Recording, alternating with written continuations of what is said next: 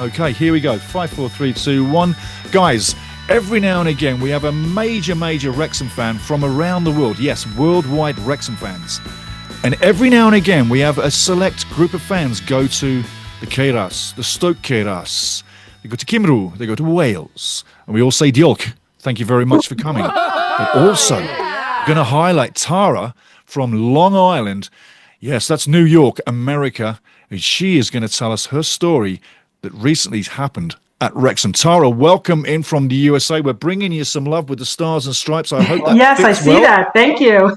Yeah, no problem, no problem. Hey, if you're good to Wales, Wales is good to you. But listen, Yes, absolutely. I gotta question you on this one because obviously you're worldwide Wrexham, and there's a lot of great Wrexham fans around the world since this last couple of years growing through.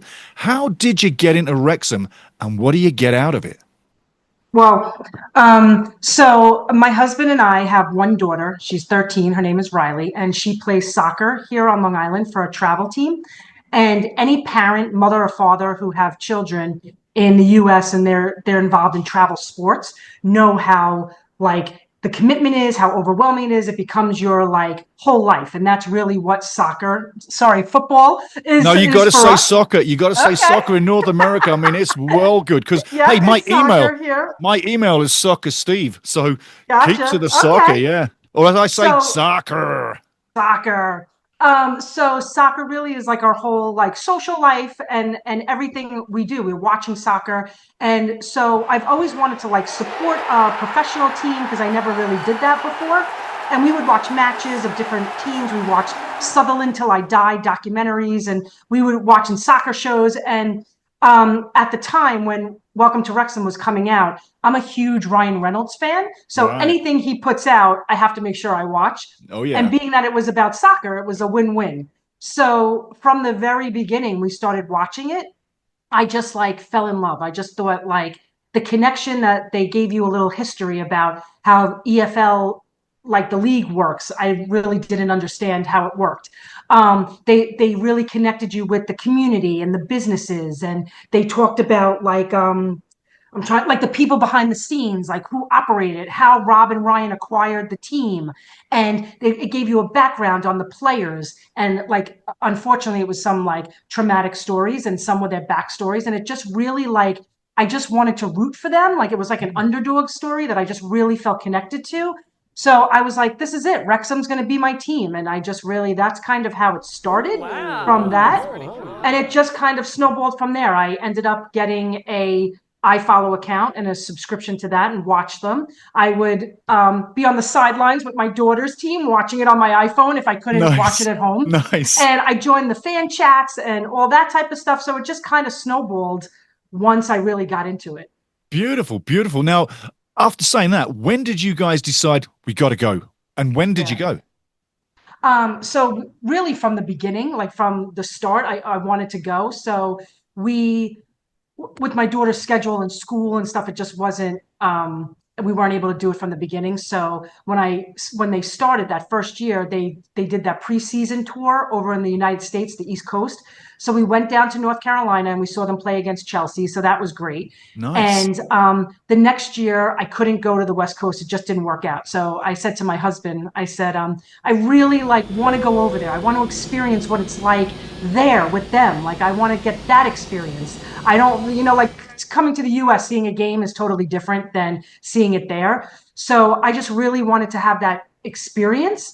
So we booked it like right after that summer in September because I was on the fan chats and some people reached out to me and I wasn't sure if it was fake or not at first. Like it was a travel agent, but she was located here in the United States. So Right. we kind of put some stuff together and we planned it from there. And we ended up going just this April that just passed. Beautiful. Which match did you So attend?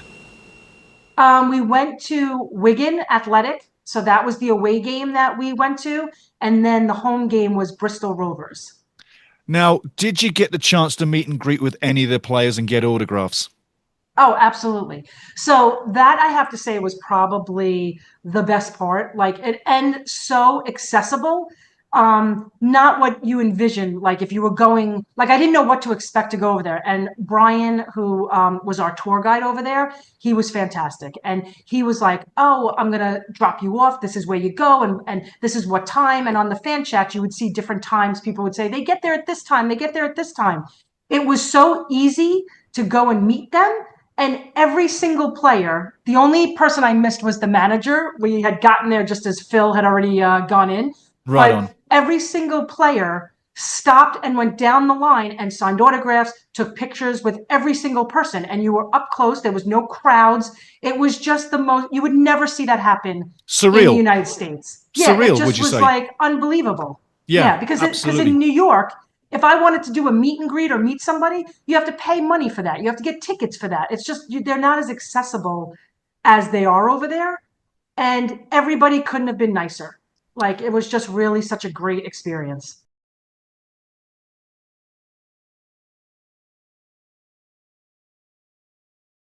Talking about the financial side of things, how much did it cost to send three Americans to Wrexham, get them in there, have a fantastic time, tickets, food, hotels, and I know you stayed at a beautiful hotel, but what would that cost, say, someone coming out of America, the USA, a three-people family? What are the costs that you would include in this complete tour?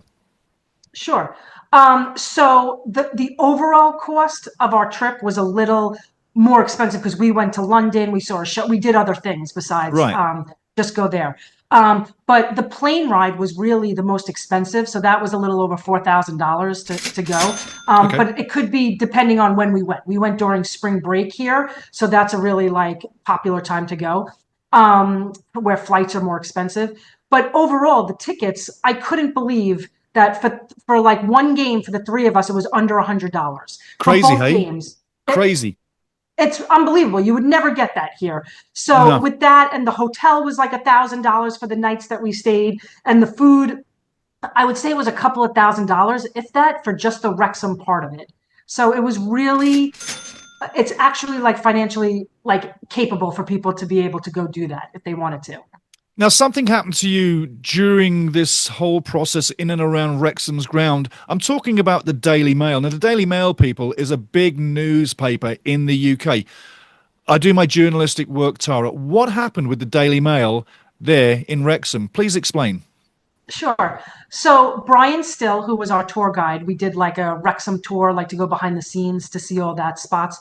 He had mentioned to us that somebody from the Daily Mail had contacted him to do like an interview about Welcome to Wrexham and about his tours and stuff like that. So he had mentioned that we might see her when we come, when he picks us up and we do our tour. So when we were on the train, we were getting off the train, and she must have heard myself and my husband and my daughter talking, and she came up to us and said, "Are you from America?" And we were like, "Yeah." And so she introduced herself and said, "I'm going to be following up with Brian and maybe seeing you later." So she said, "Would you mind if I called you later to interview you? Because I find it so incredible that people from America or other places would want to come and see this team and follow them." And so I was like, "Sure, no problem." So later on, after our tour with Brian, he met with her. She had a photographer. They did pictures, interviews, and then she called me, and we had a really nice conversation. She talked a lot about Wrexham and about why we would want to come and what our story is. And at the end, she like really briefly like brought up the Blake Lively controversy, Uh-huh. and asked about how in New York or in the United States, is it on the news every day and is it in everybody's feed? And I said, honestly, it's not on the topic of conversation like it is maybe the way she was portraying it. And we Yeah, briefly absolutely. talked about it and moved on. And she had kept in contact with me to say that she would send me the article. And then when the article came out, Brian actually sent it to me. And it was mostly about Blake Lively and nothing about Wrexham, really, like about the tour and about our experience. So it was just kind of like a little like dishonest, I A thought. little bit of a hit behind the scenes, not what you thought it was going Yes, to be, no? So maybe a word of warning for everybody else, like everybody in and around the scene treated Tara fantastically well, and Brian and Riley, and absolutely. everybody had a fantastic trip, and people do. So this is the rarity, but it's good to actually sort that out, that people should be aware of that actual angle Yes, and protect yes. themselves from it, as you guys did. Did you visit the turf? We did actually. We went a couple of times. So Oh, on our nice. tour, You must like Welsh. You must like Wrexham lager, hey? Yes, we had that. My husband had that. But we went to the turf. There's like a food truck there. We had food there. We hung out in there. And then on the day of the match, we went there before the game to kind of kill some time before. And then afterwards, they had a tent outside. It was raining, unfortunately, that day. So they had a tent outside where I guess the Declan Swans were playing earlier. And we went to go meet our tour guide there and touch base with some of the other people that were on his tours. There was a lot of Americans that we met. So Beautiful. it was really Beautiful. interesting. What was the Yeah. biggest surprise? Biggest surprise that the whole trip gave you? And I'm talking in Wrexham. Well, one thing was my husband was a little shocked that like you don't there's no alcohol that you can bring into the stands. Like in New York or the United States, like when you go to games or concerts or whatever, you can do that and go into the stands. This was really not you drank it beforehand or whatever. Yeah. But just how accessible and easy it was and how nice everybody was. You go to the stadium, you get checked by security. There's no big lines. You didn't feel like claustrophobic. You walked right in and there's the pitch right there. And it's like everything is so close knit and you just really feel part of it. Yes. And you are So it was part of just it. You are part of yeah, it. it I was mean, just I'll a tell great you now, experience. 100%, no matter where you are from around this little blue planet, yeah, everybody that puts a scarf on or puts a shirt on or pays for a ticket that goes to a game, we are all one big family. Gone are the days where Wrexham was just a little Welsh village with just a few people supporting it from the community. This team now is going up higher and higher in the leagues. As you know, we're Yep. getting bigger fan bases all around the world each year. Welcome to Wrexham is literally solidifying Wrexham all around the world to people who have no interest in soccer or football, but they're getting into it because of yourself, Ryan Reynolds, Rob McElhenney as well. But this story, it all culminates in one thing. The saying in and around Wrexham is up the town. It's a city, but it's a town. And Yeah. everybody around that town, no matter who you speak to, they're all down to earth. They're Yes. all normal people and they're all very, very hospitable. And you know why? Because I said it on the head of this. We're all part of one big family and it's not BS. It really is. I went to Yes. the East Coast tour last year in North America. I'm sitting next to strangers, never met them before, but we're wearing the right stuff. We're all wearing Wrexham gear, and we're having conversations 2 rows up, 2 rows behind, 10 rows down. Halftime comes along, it's a big party, and you're living the same thing all around the world. It's no different anywhere around this planet. If you're Wrexham, you're Wrexham. One thing I want to ask you, Absolutely. though, would you do it again? Oh my God, 100%. We already like are thinking about like what we're going to do. So the memberships came out yesterday. So I already got our Yes. memberships and signed up for Nice. that. And Nice. I think we're going to try to look, I mean, if it's possible, tickets next year. I don't know with them going up how that's going to work, but we're hoping that we can maybe get tickets and maybe just even fly in just for the weekend to go to a game and come back instead of going staying like going to London and doing different things. But yes, So you'll do the absolutely. It's red eye. definitely yes, yes. I've The done that. flight I've done actually that. wasn't bad. The Yeah. flight wasn't bad, and I don't like to fly, so it was actually not bad to Oh, go but over you there. you only have a short flight. You only have like 5 hours, yeah? No, well, it was 6 hours to get there and like 7 to get home, which I'm, was I'm, I'm, great. I'm, I'm so joking. I'm so joking. It's a long flight no matter what, man. You're going over the pond. It's a long way to go. But I've heard what you've said, and I really feel how much fun you had. And I Oh, know it was you want to great. go again. And the thing is, if it were not for the Wrexham show and the Wrexham fans all around the world, Wrexham wouldn't be growing as fast as it is. So when people inside of Wrexham welcome people from outside of Wrexham, like I said before, one big family, we Yes. all know that we're building something together. You might be in Jakarta, you might be Indonesia, you might be down in Australia, you could be anywhere, but we're all slowly building this thing together. Even with the new tour coming off in Australia, 2 Yeah. games in Australia, 1 game in New Zealand. They're Mhm. helping to build this club in the southern part of the world. And I'd say this, Rob, Ryan, they need to get an Asian tour going, the next one, because it'll Yep. help this whole I'm sure family they will. grow. Yeah. And they're Yeah. brilliant. They're brilliant in their Yes. business. And you look at the boardroom upstairs, it's a lot of American boardroom in that club right now that know how to get it done. And when you think about American sports and entertainment right across North America, like you and I both know, and people are getting to know all the time, there's only one country that promotes and gets it done every time. And that's the USA. And I've watched it all my lifetime. And I've been to massive events. And I'll say this as we close. Again, to the East Coast tour that I went on, in my mind, as good as a World Cup event.